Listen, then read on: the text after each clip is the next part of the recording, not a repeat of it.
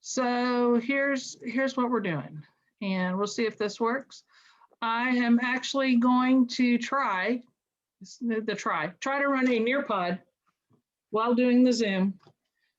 Mickey is going to be moderating. She's going to be watching the chat for questions.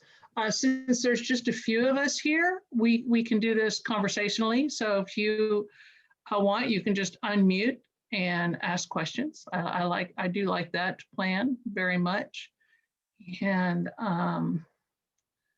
we'll get going. If you want to follow along, there is a little bit of an interactive piece.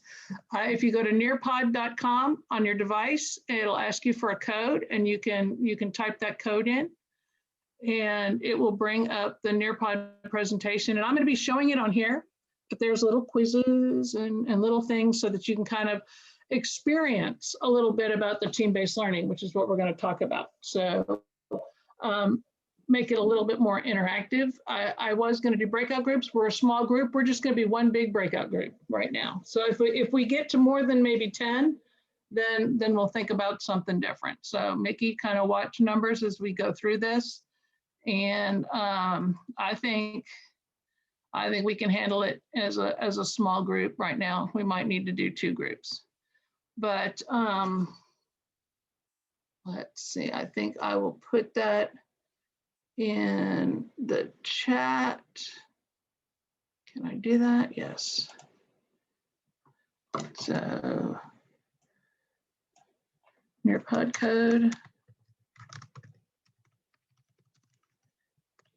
2SJA. Okay. All right. So anyways, we'll go ahead and get that started. So morning, everybody. I'm Katie Lanier. I have been flipping classrooms, and you know, for those of you that were in on errands, some of that journey was very, very much like me. I did not become the travel around the world guru, sharing all of my amazing knowledge and entertainment value with everyone, but because I love the classroom too much, and that opportunity just didn't happen. So, but what I did was I tried a whole lot of things. And for those of you that watch the little video at the beginning, you'll see a little bit of familiar things in here. Just as one of my pet peeves about a flipped classroom is when teachers lecture over what was already in there. And I'll do a little bit of that just because some people don't get around to watching the first thing. And I get that. But if you do have a question, please ask, because I know not everybody has a chance to do all those things ahead of time. Most of my experience flipping is flipping physics. I've flipped physics at the high school level. I'm doing it now at the college level. I've helped other teachers as an instructional coach learn how to flip their classroom or use those elements that work best for them. Grab something that works for them and really, really try to use those things that'll make their classroom a better classroom for students. So not everybody wants to do the full flip, and that's okay. You know, you do what works for you, and it works out fairly well. So I've tried all kinds of things, PBL, the Genius Hour, I've done inquiry, I haven't done full mastery just because deadlines freak me out, and physics is so very linear as far as what you need to know and when you need to know it. And lab, I just couldn't wrap my mind around it. Would love to someday, but I did steal elements of mastery in my style of teaching. So I'll talk a little bit more about that. Let's see, no, I don't need to approve you. So here you go. So you guys, if you'd like real quick, take a second, introduce yourselves, and all you have to do is click on the little bar at the bottom where it says share your thoughts.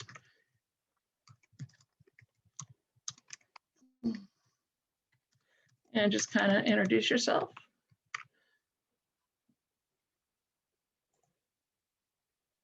And it'll post a little note up there, and we can all see who all is here.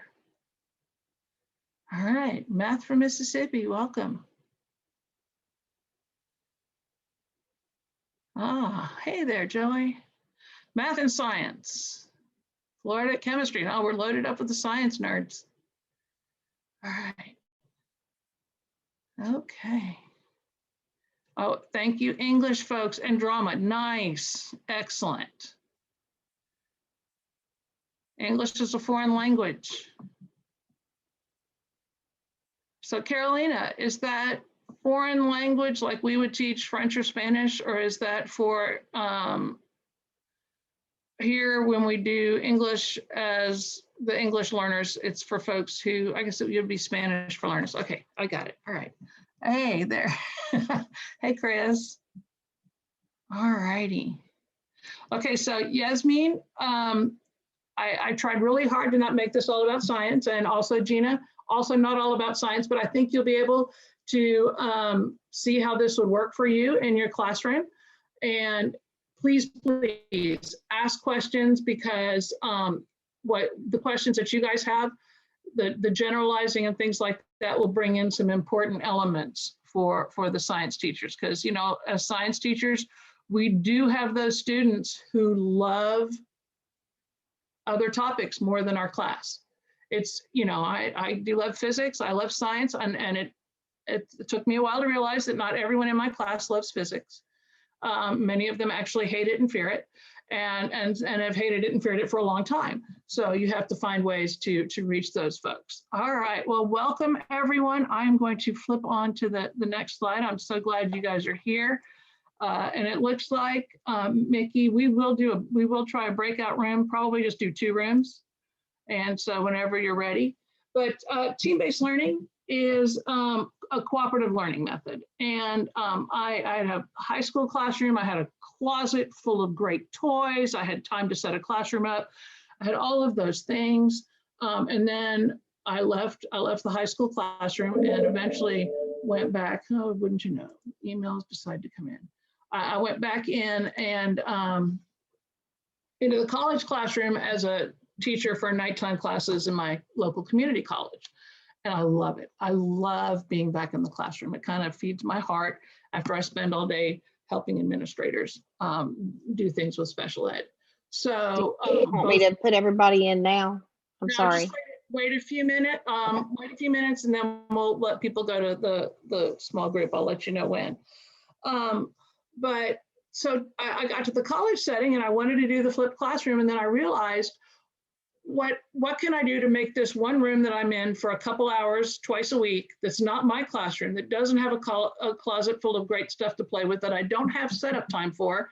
How do I make this interactive? How do I make this fun and interesting? And I don't lecture anymore. I'm not going to. I don't need to hear myself talk. And if you think on the lecture classes that you've been in, especially if you've taken a science class or a physics class or a math class, it makes so much sense while the teacher's up there talking. It's great. I understand it. I have great notes. It's good. I get home. I open my book. I start to do the assignment, and I don't have a clue. I can get the first couple things done, and then you run into, oh my gosh, what am I supposed to do?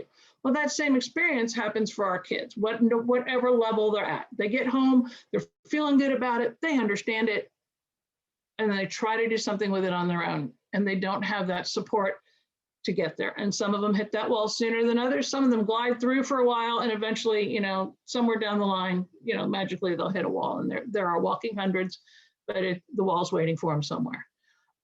So this team-based learning thing started to appeal to me, in that the prep for me is setting up the questions, setting up the system, setting up the teams, and showing up for class, providing the learning ahead of time, showing up for class, and then these students work together. And a community college, as a share in the evening thing, this isn't your standard 4-year school. They don't go back to their dorm rooms. They don't go hang out. They all have, some of them are 16 and doing this as dual credit or as home-based learning. Some of them are 40 going back to get a second career. And I've had 60-year-olds. I've had everybody. So, and so this is a really broad range of people that would never, ever be in the same room at the same time. And I have them all here now. Some of them just finished advanced placement physics, and some of them never took physics in their lives. And so I have all of these people in a room together. And part of the college experience is having that opportunity to study together and to work together and to solve problems together. So I brought that into the classroom. And I wasn't sure it would work, and I wasn't sure how this was going to go, because I know when you go to college, you're expecting people to lecture at you for an hour, hour and a half, you close your book, you walk out, and you're done. You do a couple tests, you're happy. It is not like this at all. We are doing work all the time, and there are grades, and they are learning, and they're working, and the tests are just kind of like, yeah, you're ready for it, take it, because you need to have a test. I'll give you one. We'll do those. But the real work is done in the classroom with me working with them, me watching them, with their teams supporting them. So that's kind of what where the team-based learning question comes from. Any questions so far? So the prep, students prepare before class. I provide them with a video of key points. I provide them with, sometimes they're mine. Sometimes they're very old videos of mine that I made when I was teaching the high school class. Sometimes people have a better production value and are able to convey things better than I have. I've watched their videos, or I know the folks and I know what they're doing, and I put those in there too. But I make sure that the video content is exactly what the students need. It's not a lot of extra. If it is a lot of extra, I put it on there. This is a lot of extra material, focus on these minutes. Or, hey, this is just for fun. If you want a little bit more understanding, check this out. And they get their chapter reading. And I pare down, they get the chapter notes, they have everything they want. Like I said, some students come in with the full knowledge of this stuff because they just finished a physics classroom and they just need to take the credit. And some people have had it before at a major university and they didn't do so well, so they're taking it again. So they got some knowledge. Others have never had physics and they're walking in the door going, ooh, what is this stuff? And so providing a system that all of them get what they need without overloading one and making sure the others have everything. So they can choose how they get the information. It's all available well in advance. I try to open things up for them. We have a learning management system. I try to open things up for them weeks in advance. Obviously that first day of school, can't do that. So I give them about a week to get into it. I put them into teams of about 4 or 5. Usually it's somewhere in there. That way, when a couple of them are not there that day, they still have enough to work together. I do try to set out a little survey at the beginning, a little introduce yourself, and mix the teams so that we have somebody who's doing the computer learning and somebody who's a math person and somebody who's a pre-teach. And really the way my classes are lined up, one of the classes I teach is physics for engineers, and the other one is physics for pre-med students. And so there's some variety, but not a lot, but always a variety of folks, different backgrounds, different ages. I mix genders and make sure that we don't have the all boy team, the all girl team, and there's the pre-med one I can get some all girl teams, but not the pre-engineering, which is sad. Someday I'll have my all girl team. Grades come from 2 different things for this teamwork.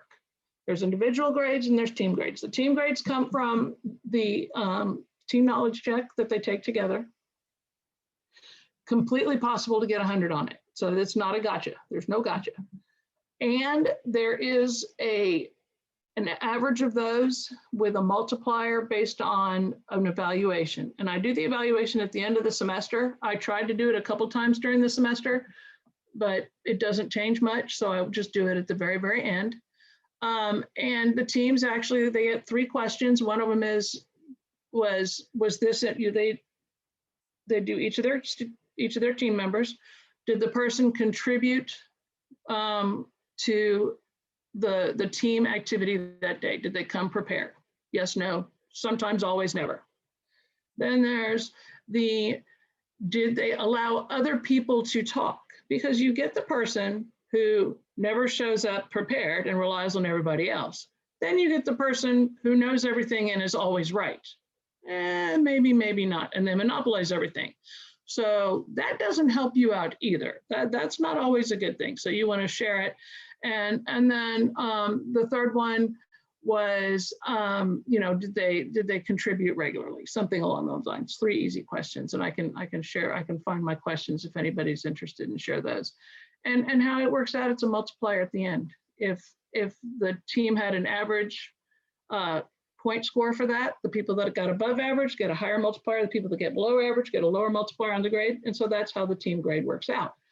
Works really, really nicely, because that person who really contributes and encourages others and is really part of a team and creates that energy that a team needs will get better than the average grade on the quizzes.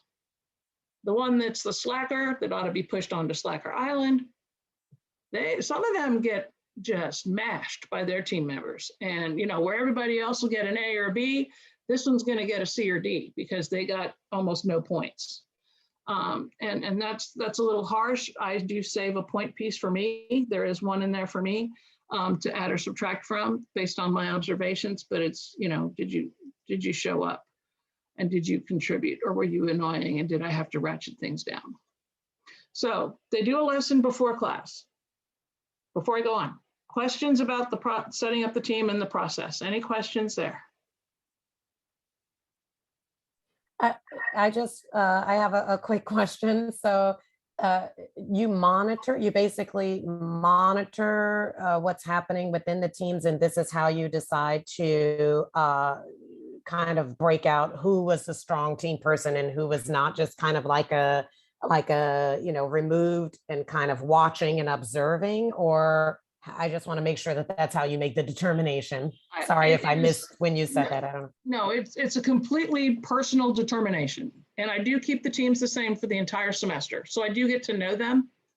And I know that might be different, and that doesn't change every day because I want to build a community. I want them to work together long enough to be willing to be wrong, be willing to share bad answers, to be willing to share any idea, whether it's good or bad.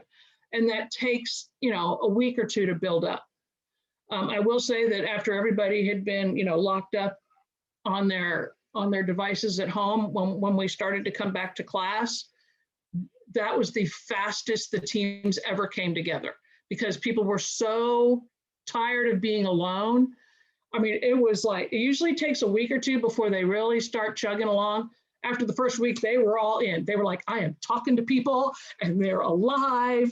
And yes, we have to sit, 3 feet from each other and we have to be in rows, but oh my word, there's a human being. And they really clicked quickly. But generally it takes a little while.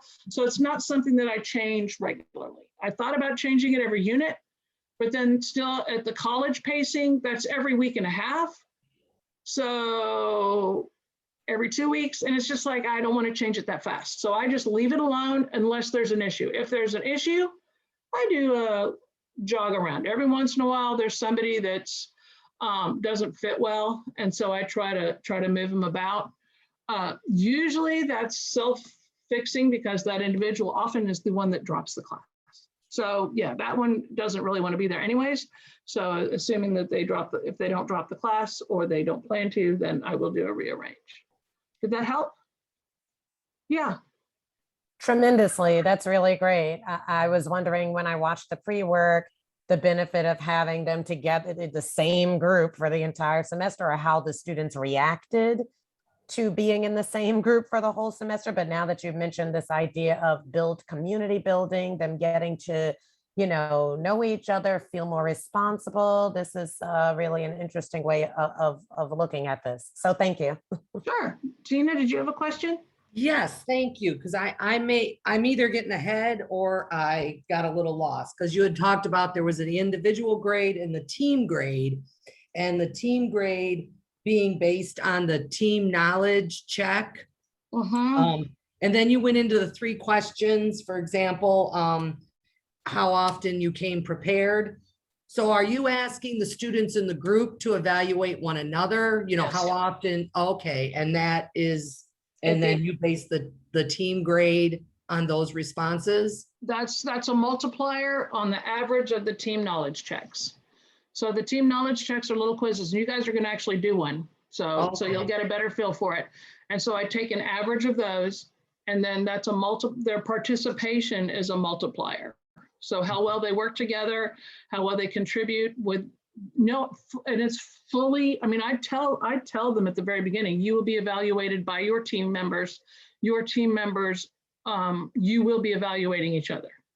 And I do, it's anonymous to them. It just comes to me. And I also have my little bit of a say, so that it's weighted on the ones that contributed to the team, get a higher grade. The ones that went through the motions and showed up, breathed in, breathed out, and that was all they did, they get a little bit lower grade, or they contributed randomly. Now, everybody has good days and bad days, and this takes this into account. If I do the evaluation at the end of the semester, then everybody's had good days and bad days. So it's overall, how did they contribute? Overall, how were they prepared? And, how much did they share? Right. And I like that it kind of redefines, because I misunderstood team grade, and students of course don't like a group grade, but this is obviously different than that. So thank you. And So they I can like do that. well. If you're doing well, you can get 100 on this. It's not, like I said, it's not a gotcha. And you'll see that when we talk about the team knowledge check. So Thanks again. they are all expected to do a lesson before class. And then they come in and the lesson before class, they have a flip lesson, they have videos. They also do an individual knowledge check, which is generally 4 to 6 questions. They're multiple choice. They're mostly, do you have a grasp of the vocabulary? For physics, do you have a grasp of how to use basic use of some of the equations? Just really basically, can you handle using this material? It's not mastery of it. It is the very, very basic bottom blooms. Almost, can you regurgitate what you saw on the video in some instances? So it's just a double check on that, or kind of to let them know, here are the things we will be using. These topics are important. If you don't get this, maybe you should go back. I look at those before class starts. If I need to do some clarifications before we move into the team stuff, I do that. I ask for questions when they arrive in class, and then I set them loose on their individual. I set them loose. I'm going to skip this for now. Let's see what's going on. So I'm going to skip this. If you want, there is a knowledge check. It was basically a true false quiz. It's up there next for you, I think. The little quiz, it's straightforward. Give it a shot, and then we can move on. Are you guys seeing the quiz? Yes? No? Yes. Okay. Katie, there was a couple of questions back to those student evaluations, peer evaluations, that do you find the students are honest? And how often do you have them evaluate their teammates? As a college class, I do it once towards the end of the semester, a couple of weeks before the end. And I think for high school, I might do it more often, once every grading period. And I might even switch up my teams once every grading period, but just the pacing of the material for college is a little bit different. And yes, for the most part, they are honest. I do reserve the right to override it. That would be where I know what's going on, and I know who hasn't been showing up, and I have that 1 or 2 points that I reserve for myself. So you can build in a fudge factor of your own evaluation of that person. How many points would you give that person? If each person gets up to 3 points from their classmates, I might reserve 1, 2, or 3 for myself. So, it's, you can make that difference yourself. So if they all say everybody was great, and let's say there was that one guy who didn't do anything, I can fix that. I have those teacher magic powers. They don't know what, they can all say, well, we gave everybody just fine. And in general, they are honest. They will call out the folks that aren't doing the work, because it does annoy them. And if they're trying to be a team, that person that won't be quiet and won't let anybody be sharing anything, that annoys them too. So they will call those 2 people out easily. Otherwise, there's a lot of, yeah, everybody was great. And you do get that. You do get, yeah, everybody was great. And so for the most part, I'm like, yeah, they were mostly okay. All right. Also, one more assessment, since you were talking about that. Do you assess students' level or prior knowledge at the beginning of the year, or when you are a new teacher at a school? How would you assess their prior knowledge? The classes that I have taught, I had a good feel for what prior knowledge was. I used to do the prior knowledge test for my, I did on-level physics for the longest time. And so you had folks that could do math, and then you had folks that couldn't do algebra to save their lives, and I knew that. So what I do based on the pre-testing, I've done some pre-testing on basic skills. What do you know already? I make sure that if I don't have a good feel for it, I would put that video in there. So if somebody didn't have the algebra skill to do the problem, when I work out problems, even for my college students, whether it's the calculus-based one or the algebra and trig-based one, I work it out like you've never seen algebra before.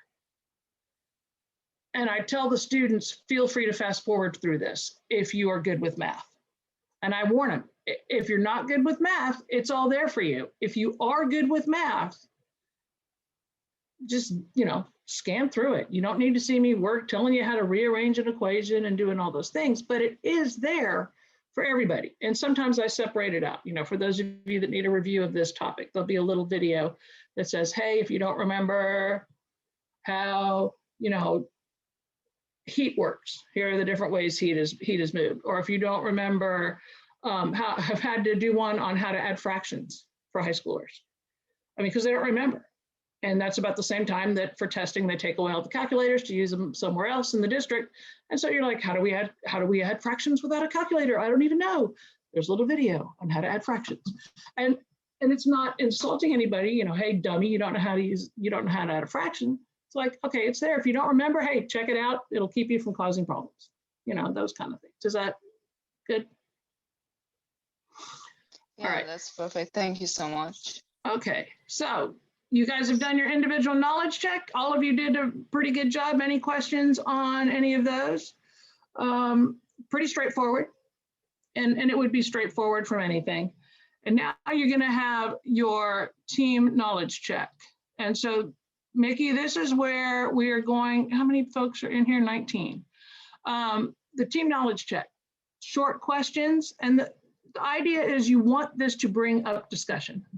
And you want it to be that middle level of questioning. So I gave you easy questions in the individual knowledge check.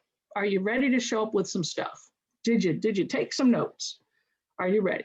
Did you read it? Did you look at it? This one is, now you've got the stuff all written down or you've read through it. Can you start to use it with some support? The easy stuff, single step equations, not a lot of analysis, introducing a little tiny bit of analysis. You want to bring out misconceptions and most missed ideas at this point, because you want to see them happening in the classroom. You want to witness kids getting things wrong and be ready to intervene if you wish. You want it to invite discussion. And one of the things, this is purely on the team. My team knowledge check, they can't ask me for help unless they want to lose a point. So I decide it's a 20-point quiz. You ask me a question, it's going to cost you a point. I do tell them, I'll tell them before I take the point, you can ask and I'll tell you that one is going to cost you a point. Because sometimes they're asking something that isn't really about the lesson. They just didn't understand the question. I'll re-explain the question for them. So it's not a gotcha. But if it's something that they should know, because it was in the reading or it's in their notes, it'll be like, yeah, that one you should know. And you guys need to work on that a little bit longer. And you can decide when you want to bail and help them out, but you can torture them for a while too. It's good for them to dig through it and push through it. I use multiple choice. I do ranking tasks, agree or disagree with a statement and come up with a correction if it's wrong. Calculations, set up a solution if it's a long one. I don't need to see the whole thing. I'm more interested in the setup. You saw if you were with Aaron, you can Google the answer. Well, I don't care if it's 400 ohms. How'd you get there? I don't know. It was on Google. Well, that's really great. I want to know how you got there. So you want them to work through the process. And so that's what the team knowledge check is all about. So right here, we have the team knowledge check. And if you click on that PDF viewer, I think we can, let's see, how many folks are in here, Mickey? We've got 25. And how is me being the host, because you're going to be the one that wants to hop in and out of the breakout rooms, right? No, what they could, well, I'll give them all instructions. You've got the PDF here. You are going to be answering these questions as a team. I did stay, there's only one science one for those of you who, and it's really not science, it's math. And it involves a beach and a road trip, so it's all good. So you should be able to still see this when you get to the breakout rooms. If not, just in case, you might take a quick picture of this or a screenshot, because I don't know what's going to happen in the breakout rooms. Mickey, do you know, will they be able to see this still? Do you know? You will be able to see it if you're running the Nearpod on your phone. So it'll still be there if you're running it on another device. And then once your team has it, what you're going to do is put the answers in the chat. So one team person, so we break into 3 teams and then come up with the answers, and we'll just do this for maybe 5 minutes, and I won't make you go and go. But, and then I'll talk about it after the 5 minutes is up. We'll check in, come back out of the rooms, and Mickey, you can hop around in between, and I'll stick around out here. You guys can pop in and out and ask questions if you want. I won't take away a point, I promise. And ready? Everybody ready? Any questions before you go? All right, 5 minutes. You can do it.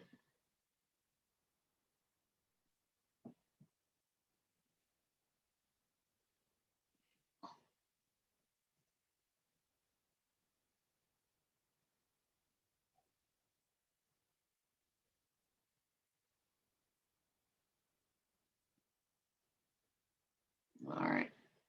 Everybody's heading to breakout rooms, I think. Okay.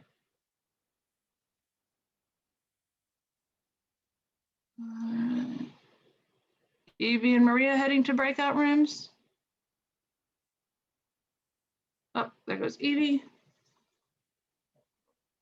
All righty.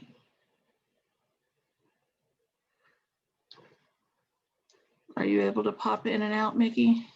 Yeah, let me. Do I just click on the room? I forget how I do that. You may disappear in there. I don't know. I've done the back and forth between rooms. I don't remember what I did. Worst case, they'll pop back out. Yeah. Okay, let's see. Ah, there's my join. I found it. Okay, I'm gonna go join a room. I'll take this one. Give me 1 second. This one is the Order of the Phoenix. Yeah.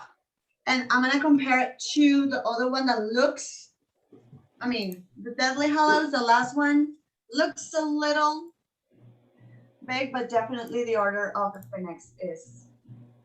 Because the Deathly Hallows was It's 2 bigger. parts in the movie, but okay. Yeah, I Yeah, think which what- I will forever yeah, hold a the- grudge yeah, against the Harry Order of Potter the for. Phoenix definitely is the longest. Let's see Check number of out- can you- pages. This is what Half-Blood happens Prince. to teams. So the Order of the Phoenix has 870 pages, and the Deadly Hallows, has 759. It's Okay, out of the so it looks like Harry Potter and the Order of the Phoenix is the longest. Yeah, and then, Goblet of Fire, it looks Yeah. like maybe. and then Half-Blood Prince and Deathly Hallows are tied. Yeah, and then Half-Blood Prince, yeah. Mhm. And then Prison of Azkaban. No. Yep, And then Chamber of Secrets and Sorcerer's Stone. It's not Yep. Sorcerer's Stone. How many times am I telling you? It's Philosopher's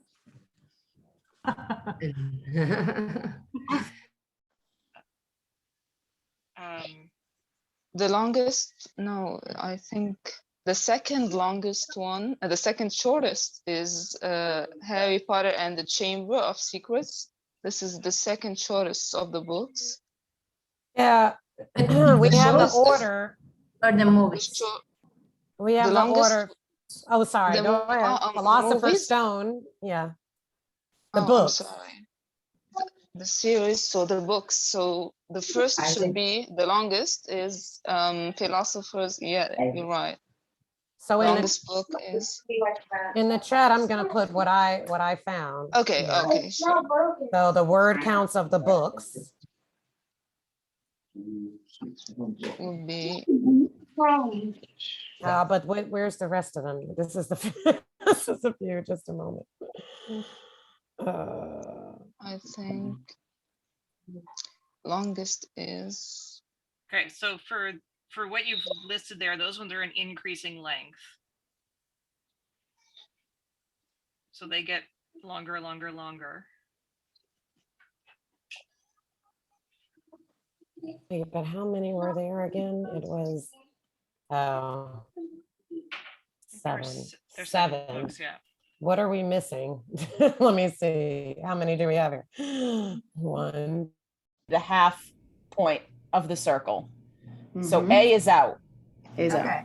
I am struggling between the difference of a B and C, frankly. Well, here's the thing. If you put a square inside a circle, the only parts of the square that are touching a circle are the corners. And that is not going to cut through the middle of the circle at all. So therefore, the sides of the square are 10 centimeters long. That can't be the diameter of the circle because the circle goes around. Right. Right, Okay, so that it's makes larger. sense. You see what I'm saying? Like picture wise. Yeah, so B is out. Yeah, so B is out, and C makes sense because And philosopher's stone.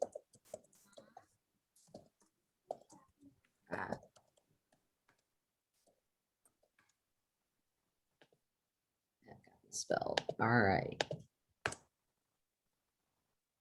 Okay, and then what's the answer to 2? Put letter C, just fingers crossed, and number 3, you'll put disagree.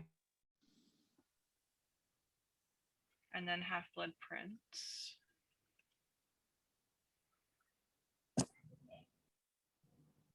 And then decreasing from Goblet of Fire through Philosopher's Stone. So I think that's our order.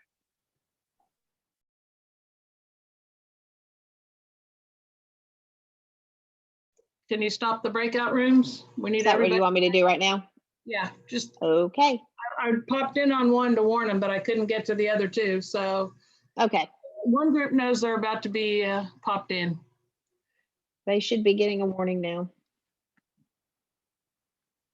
Some were on that second part. I don't know that Yeah. anybody had gotten to the third one. That's okay. I'll let them know. They get 5 minutes. I generally give 20. So it's okay. I loved how people were actually holding up Harry Potter books like they had them right there. Come on back, folks. Nobody's wanting to leave. Can you turn off the, I said, yeah, they're closing in 20 seconds. They give okay. them a minute, so it'll kick Yeah, them well, out. okay. There they come. Everybody's back. Folks are coming back. Welcome back. So I know that some of you got most of the way through. Some of you didn't get very far. Just understand that I do about 3 or 4 questions with my students and they have 20 minutes. So this was super short and not intended to get very far, but have you at least experience a little bit of it. So for the first one, did you guys, before I ask, so what I do after you do the check is you call me over as your team, and then I have you tell me what you got for your answers. I also will ask you to explain how you got to them. I rotate around between different people and have different people explain it to me. If somebody said, I got this answer and it was 12, I'm like, well, so how did you get to 12? And I ask the other person and make sure that everybody knows, and they know that they all have to know how to do it. So anybody get through the first one that wants to share their answer? And then, anybody? Anyone? Oh, good. All right, I'll jump on the sword. I dropped it into the chat there. I'm not sure if everyone has that or if it's just in my chat here. Let's But, see. I don't see it. I'm putting it in now. Okay. So Almost. So what that would do is, just as an example, almost there, I would tell you, hey, you got the first one and the last one right and a couple more in between, but there's at least one that's out of alignment. And I would, if that was a 4-point question, I would take 1 point away. I would give you the opportunity to go back to work on it. And you could either move on and I'll check the rest, or I'll come back and check the rest later. It's entirely a team decision how we proceed. I want to give the teams some of them really want to focus on, I want to get this one right before I move on. And some of them are, it's whatever they want. I want them to learn in a more comfortable way. And so what would happen is you would go back and try again. And then you would try again. And eventually, if you weren't getting there, I would throw out some hints. I'd kind of say, hey, you might consider, I don't know, I heard some of you were grabbing the books. Go grab the books and look at them. Get on Amazon and see how many pages there are in the book. And anything outside of, get on Google and find out the list. For those of you that want to know what it is, let's see, EGF, DCBA. So we do have some folks that got it. Just to shorten it a little bit, the next one, because some of you won't want to not know, it's C. And the last one is a disagree. So there you go. And I would ask you how you solve those things. So by the end of this, I know if you're ready to move on. I know if you need some help with a topic, because I gear my questions towards what are the students most likely to trip over moving forward. So that's where that goes. Anything you guys want to say or ask about that before I move on to the next thing? No? All right. So we need to kind of wind up. So now we get to the challenge. Once your team gets all of them correct, and I know that you understand what you're doing, they go on to a team challenge. There are different ways to handle it. And I'll put this link in the chat towards the end. Did I write it down? Oh, yeah. So if you just Google Yale team-based learning, they have a website that walks you through a lot of the process with some of the more acceptable academic acronyms and things like that for each one of these pieces. There's a lot of places that do the team-based learning. There's a team-based consortium that does it also, lots of resources. Some people do it where they do a whole unit and then this is the end of their unit. They do a big team-based thing where they've done all the learning in a non-flip style, whatever that is, and then they've delivered all the material for everything, and then they have a week or two of team-based stuff. So for me, it's you've had this amount of work, this amount from the chapter, you come in and we work on that chapter. The next time we come in and work on the other one. And so it's chapter by chapter by chapter. So it kind of depends on your structure of your class. The team challenges, I do work with the students. This is not a gotcha. This is not for points. This is not for a grade. This is for the experience of learning how to solve the problems that are harder. And so they get practice with, I kind of ramp the questions up to the point that they're doing some that are harder than I would ask them to do on the test. And they're also harder than what they are expected to do on most of the homework. So these are the hard end questions, and I want them to dig in and try them in class before they go home and try to do things on their own. I want them to do it in a group. And generally there's time for 3. I mean, we have about, after they spend about 15, 20 minutes, we have another hour and they'll get through 3 of them. And so I do prioritize them. Sometimes I know that they ran long on the check and I say, hey, you need to be able to do 1 and 2. And then if you can get to 4, that's great. These are open-ended with a defendable solution. You can do that. My favorite, I have 2 favorite real world ones that I do. One of them is projectile motion. Basically, you're throwing a ball and the catcher is gonna, for baseball, apologies to those of you who do not know a lot about baseball, but the catcher is gonna throw a ball to the second base, the second baseman.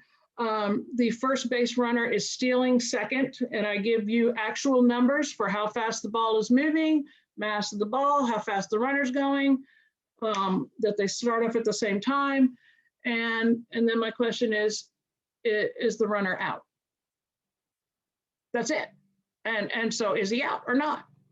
And that's a fun one because they get to the point where they've solved 90% of the problem and they say, absolutely, he's out. But they forgot they get the part where the ball gets to the baseman. They forgot to find out how high it was when it got there. So unless that man can leap 12 feet in the air, he didn't catch it. So, so no, the guy is not out. And so adding that little twist to the end pushes them to consider a bigger, harder problem. And so it kind of pushes them all, do I have everything? Do I have the whole solution? My other one is there was a video, I mean, it's terrible. There was a big hurricane and a house floated by while somebody was doing the news. Like they're doing their little on the back patio live news and a house floats by down the road. And so, you know, I give them some video of the house and a couple things and let them define other things that they would need to know. Tell them, hey, you're going to have to tell me, what do you think, how tall the house is, how big? And then I ask them, how much does the house weigh? The water was 2 feet deep. How much does the house weigh? And they go through all of the stuff with fluid dynamics to figure out what kind of forces and things it would take to float a house down the street. And those are big problems. That takes the whole class period. But there's so much conversation and there's so much discussion and they're so rich in learning that it prepares them for so many other things. So those are like the super best ones. Notice I do this for a whole semester and I have 2 of the super best. Other ones are the standard classic hard problems. So you don't have to have really great ones, but you'll develop some things that are fun and your favorites, no matter what you're working on. And so the team challenge, like I say, the teams work through it as far as they can. They're there. I post the solutions later on. This semester, the COVID forced me to pare down my teamwork so that now I can do what I've always wanted to do, was we're going to do the team stuff for one day. And then the second day when they come back, they're going to post the solutions and we're going to discuss them themselves. And I'm super excited about that. Doing a hybrid setup where I saw half my class one day of the week and the other half the other day of the week made me really squash things down. And so when I get them all back and it's every day, I have built in more class time to do what's right for the students, which is kind of the goal of this whole thing, is to do what's right for the students. And to have them walk through the solutions with each other, I think would be huge.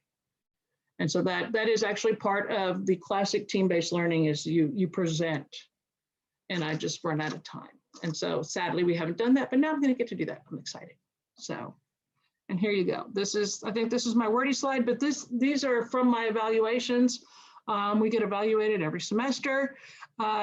These are my students, and this is not last fall because, you know, we weren't here. We were all at home. But these are the team-based classes. One of them was from the spring when we came back. It is really great support for the students that are hesitant.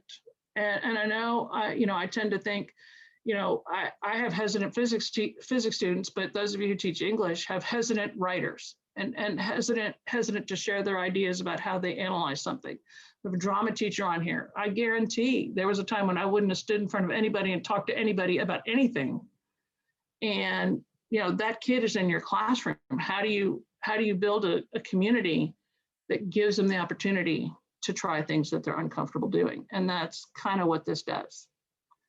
So I think that I will end it there with a thank you to Matt Moore and folks that helped put all this together. There was a lot of hard work to getting this conference together, and give you time to ask questions or bug out to your next session. I will, let's see if I go back. You can always, my Twitter handle, if you have questions for me, making everybody dizzy. There we go. Twitter handle right there. You can find me there. You can email me. I'll be on and off videos all week long. I'll be in the Q&A session. So, let me know if there's something I can do to help you out with anything. So I will stop sharing because I want to see all the folks that are in here. I'd rather see all the faces. So any questions? Yes. Hey, Joy. Hey, can I just ask verbally? If you see your students once a week, right? Twice a week. Twice a week, okay. If you saw them more often, would you still do team-based learning every day, or would you kind of give them a break from that? I would give them a break because, I mean, if I saw them every day, like in a high school setting, this would be that we would do that on that day where you're practicing problems. Because I'm just thinking, especially the introverts too. I see that people responded, yes, I don't like group work, but I liked this. But I think if it was every day, they might get overwhelmed with it. Yeah, Okay. Yeah, because it's college and I see them for 14 weeks, twice a week, and for an hour and 15 minutes. That's all I see them. So, I thought a lot about that. If I was doing this in the high school, I would do it, but I would do it in place of maybe the end of the unit review, or a couple times placed in there when they're doing those harder problems. When they're doing the practice problems. I think I would do this for those practice problems. I think I would do this. I mean, and I thought about Chris, I would do this for the case studies, for your anatomy case studies. But you have to set up the teams and build them. And so there's that little bit of a balance in there. They have to trust each other.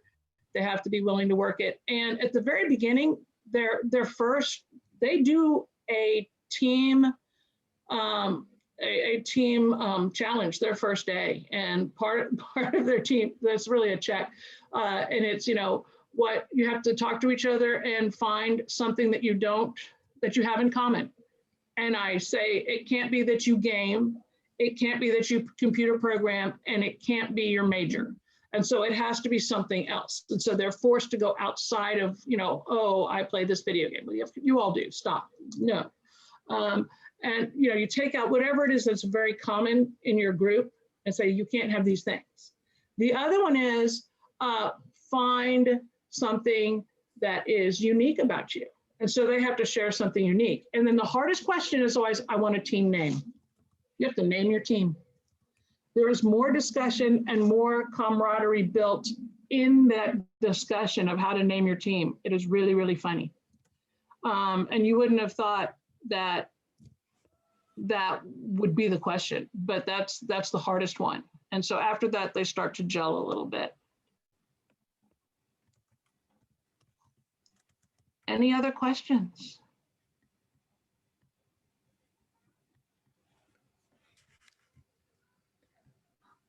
Hi, Katie. Hi. Hi, Xiangping, Susie from the UK. Hi, Susie. Hello. Yes, it's fascinating, isn't it? I think all this sort of what you're talking about is very much in line with what the theme of flipped learning is about, isn't it? Merely enabling the team to work together and for this community and active learning between themselves, which is lovely. I just wonder what challenges you have been through during the pandemic when they have to do all synchronous learning between themselves. How the team worked, without having had the face-to-face or classroom-based setting. So I did do asynchronous online, and I pretty much gave up on the team-based because I tried really hard to I couldn't require my college students to attend a specific Zoom class because they had signed up for online. And the way it works for online is you don't have to be anywhere at any time. You can be, it's optional. And so for the students that showed up to the two optional ones that I did, we would work through a couple of the problems that were the team-based problems. So I kind of used it there, but it was so hard when we cut right in the middle of a semester where the teams were chugging along and we're getting into the hard stuff. And it was calculus-based electricity and magnetism. And it's like, they're doing amazing stuff. Yes, because they all make Chris's face when they walk through the door. It's like, this is the hardest class at this school. And I'm like, you guys will all walk out of here with A's and B's and C's if you do what you need to do. And they walk out of here with A's and B's and C's. And so, and very few C's. So they walk out of here understanding, which is my goal. And when it was like, I tried to do the team thing where they would meet on Discord and do it on their own. And that survived for a little while for the students who had signed up for the actual class, and it switched mid-time because they were already teams. They were already hanging out together. They showed up. For the ones that we didn't have that opportunity to build the team, it didn't happen. And so I tried when we did the asynchronous, and it's just like, it's just not. You guys are going to do your online class just like online class children, and just be little black squares on a screen regularly. And I'd see the same 5 people every week out of the 25. And that's kind of how it went. But I think if you actually had kids that had to be there and they were on screen, you could do the breakout rooms kind of like we did, and you could pop in and out of the breakout rooms and kind of create something like a classroom situation. But if you don't all have to be in the same place at the same time, I don't know. So maybe somebody else has a good idea for that one. I struggled with that one mightily because I hated giving that up because it was so strong and it was a strong piece of the learning. And you go to online discussions and it's better than nothing, but I like this better. Yeah, thanks for sharing that. I know, it's been challenging, obviously, with tutor dipping in and out to different breakout rooms. Sometimes I go into breakout room, there's silence there. Say, guys, well, what is your discussion? Respond to the question, and there's still no answer. And I have to name them, see who know what is your issue. And I think that kind of, as you said, is out of control when they're online, isn't it? I think that's that's not what our sort of idea is about for this all flipped learning and the idea of team work as well. Yeah, but lovely. Thank you for sharing, Katie. Oh, yeah. Sure. Thank you guys. Thank you guys for being here. It is 11 o'clock. I think other sessions are getting started, and I know they would love to see you there.